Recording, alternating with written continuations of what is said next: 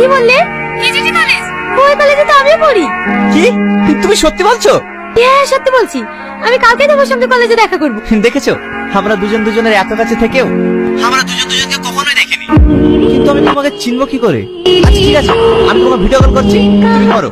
না না, আমার অ্যান্ড্রয়েড সেট নেই, আমি একটা ছোট মোবাইল ব্যবহার করি। ঠিক আছে, কাল 10টায় কলেজের ছাদের উপরে আমি থাকবো, তোমার সাথে আমার ওখানে দেখা হবে। ঠিক আছে, আজ আমি খুব খুশি জানো, কাল তোমাকে প্রথমবারের মতো নিজের চোখে দেখবো। দাদা একটু তাড়াতাড়ি চলুন না, 10টার সময় কলেজে পৌঁছতে হবে।